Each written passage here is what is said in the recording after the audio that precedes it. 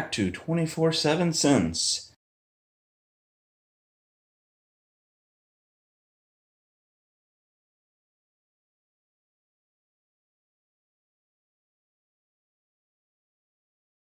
I went ahead and stuck in the Prime Titanium 650 power supply. I just have it set in, and we're going to screw it in here shortly. But I just want to get it in there and out of the way. We're going to actually go ahead and install some of the wires for the case. HD LED. All right. So if you go down in the bottom under here, it'll show you a positive and negative. Now I went ahead and took a picture, zoomed in and took a picture, showed me which one is positive and which one negative, because it is going to matter on most of these. Once I did that, then I knew where these need to be positioned at. And we'll go ahead and hook this one up. Now since the white, we're going to go ahead and put it here. All right, now the next one is the power LED plus and negative.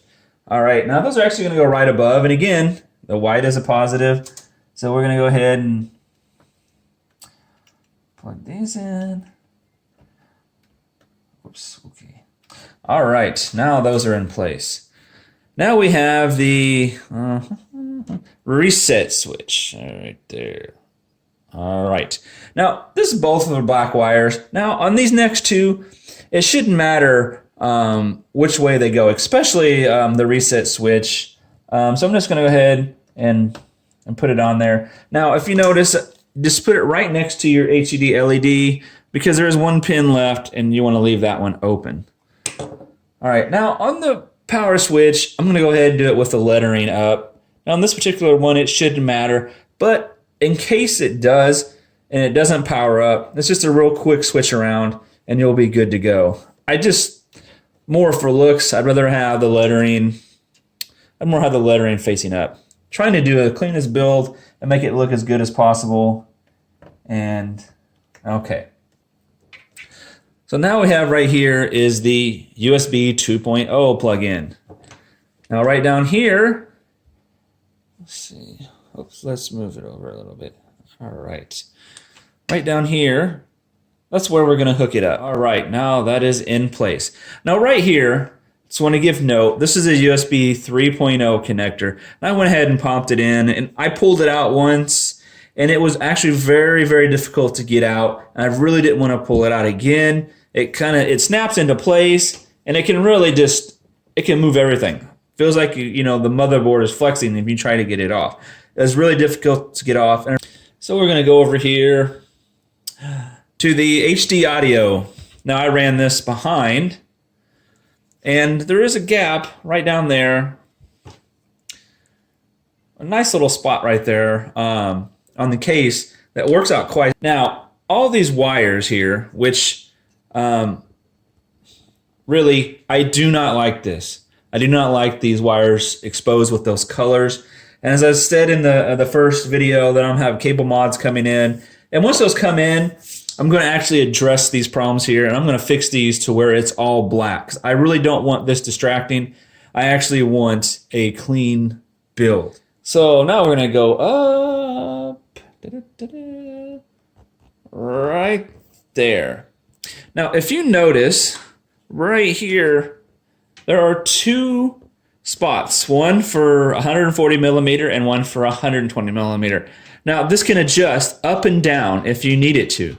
Now this might work great if you're using a, let's zoom out here. There we go. This might work great if you're using a single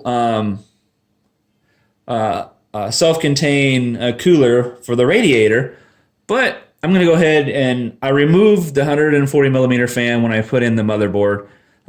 Even if I was going to use that fan, I was still going to remove it and put it back in. It just made things a little bit easier. But I'm actually going to go ahead and put in the Fractal Ventura HF14. All right. Now, as I said before, as I said before, you can adjust this up or down. It will actually move up or down. Now, we'll adjust the height a little later, depending on how I need it. All right. Now, we're actually going to take the fan wire here, and we're going to run it up through the top. And let's zoom down here. And all right. So now that's done. And as you can see right here, we removed the 140 millimeter fractal fan that came with the case, but it's just not going to move enough air, and it's going to be a little louder than what I want. I actually am going to need some air pressure to push the air through the cooler. And so I got the fan setting in there, and I'm going to do something a little different.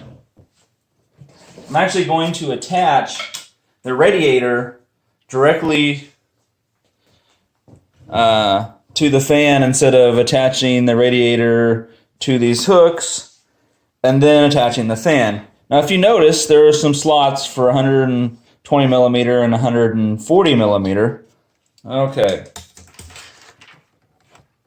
Now, I'll get this in here. Now, as I said, this is not exactly... Sometimes it goes real easy, sometimes it's a little pain. Now, speaking of that one actually went quite easy.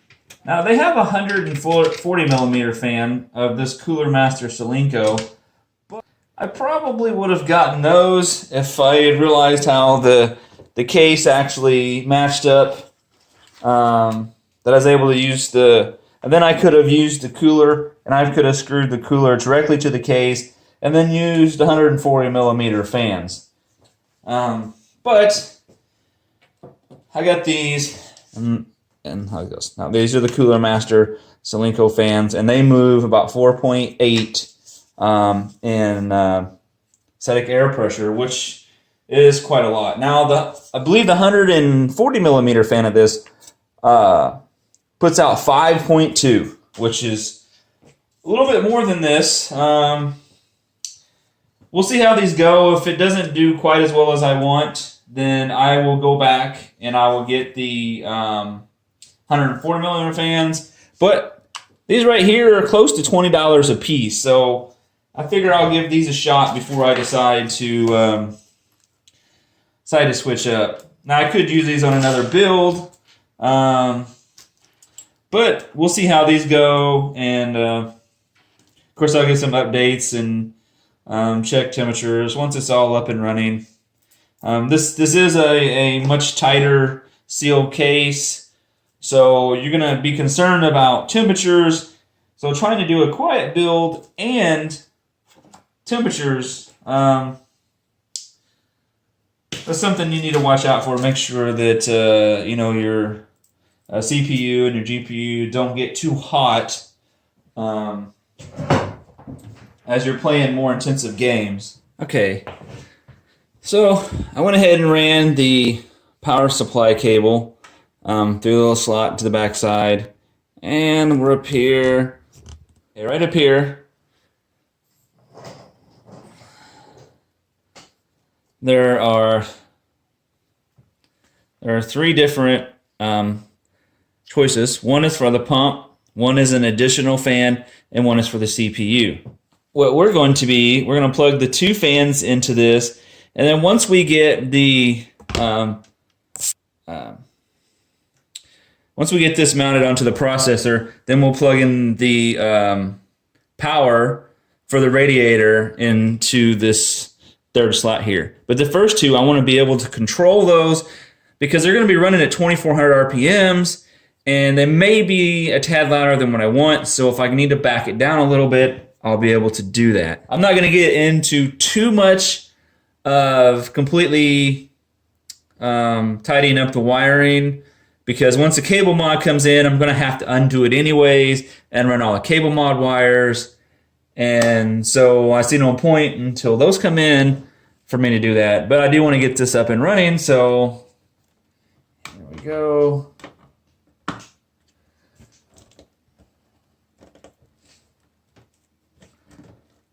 All right. Whoops. All right, now I just pushed in the power supply. So now I'm just going to go ahead, while we're right there,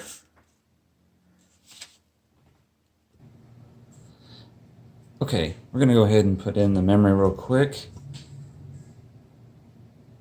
Now if you're using 2 sticks, you want to put them in to the gray bars. And those are the A2 and B2 slots.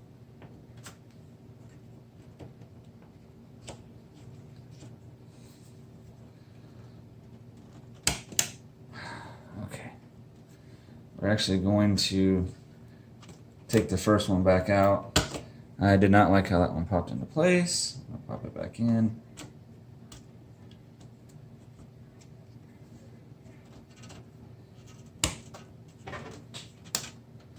Okay, there we go. Now our memory's into place. Okay, we're actually going to take a stopping point here, and I'll pick up with part 4 shortly. How'd you get so